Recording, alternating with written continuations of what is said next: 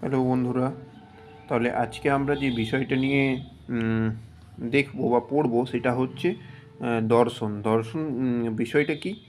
দর্শন বিষয়টা হচ্ছে ভারতীয় সংস্কৃতির যে প্রেক্ষাপট রয়েছে সেই দর্শন অর্থাৎ কি? দর্শন শব্দের অর্থ হলো সম্যক রূপে অনুধাবন করতে হলে দর্শন শব্দের ব্যুৎপত্তিগত অর্থ বা পারিভাষিক অর্থ বা প্রচলিত অর্থ ভারতীয় দর্শনের উৎপত্তির ক্রমবিকাশ।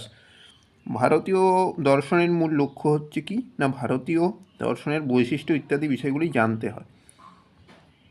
আমরা এই অধ্যায়ে এই সমস্ত বিষয় আলোচনার মাধ্যমে দর্শন শব্দের অর্থ স্পষ্টভাবে বুঝে নেওয়ার চেষ্টা করব। এর প্রচলিত অর্থ কি? দর্শন বলতে 5টি বাহ্য জ্ঞানেন্দ্রিয় দ্বারা তাদের স্ব বিষয়কে প্রত্যক্ষ করা হয়। যেমন চোখ দিয়ে খাতাকে দেখা। এর যে ব্যুৎপত্তিগত অর্থ, দর্শন শব্দটি দৃশ ধাতুর বা উত্তর অনট প্রত্যয়যোগে উৎপন্ন হয়। দৃশ শব্দের অর্থ হলো দেখা, তাই আক্ষরিক অর্থে দর্শন কি? দেখা। এই দিক থেকে দর্শন শব্দের অর্থ হলো সাক্ষাৎ বা জ্ঞান। দর্শন শব্দের দ্বারা কি হয়? এর আধ্যাত্মিক একটা উপলব্ধি আছে। তাহলে দর্শন শব্দের দ্বারা সাধারণ অর্থে যে প্রত্যক্ষ বা সাক্ষাৎ জ্ঞানকে আমরা বুঝাতে পারি, অর্থাৎ দেখাকে বা দেখার যে জ্ঞান বা প্রত্যক্ষ করা বোঝানো হয়, ভারতীয় দর্শনে সেই অর্থে শব্দটি ব্যবহার করা হয় না।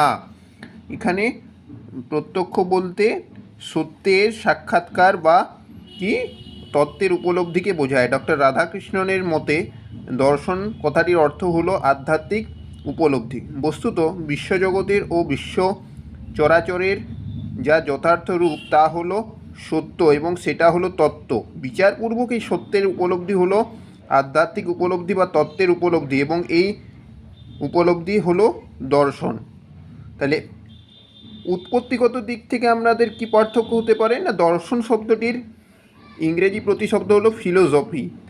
ফিলোজফি ফিলোজফি শব্দটি দুটি লাতিন শব্দ কি ফিলোস এবং সফিয়া থেকে উৎপন্ন হয়। ফিলোস কথাটির অর্থ হলো অনুরাগ এবং সফিয়া কথাটির অর্থ হলো জ্ঞান। অর্থাৎ ফিলোজফি কথাটির মূল অর্থ হলো জ্ঞানের প্রতি অনুরাগ। পাশ্চাত্য দর্শন বা ফিলোজফি অনেক বেশি তত্ত্ব সর্বস্ব। এখানে মূলত বস্তু স্বরূপের তাত্ত্বিক অন্বেষণ করা হয়। ভারতীয় দর্শনের মতো আধ্যাত্মিক গভীরতা এখানে নেই। ভারতীয় দর্শনে মনে করা হয় দর্শন শুধু বুদ্ধির অলস কসরত নয়,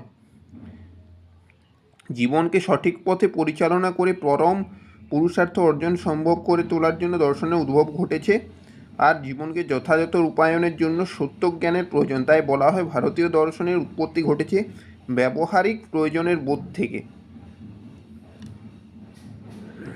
থ্যাংক ইউ।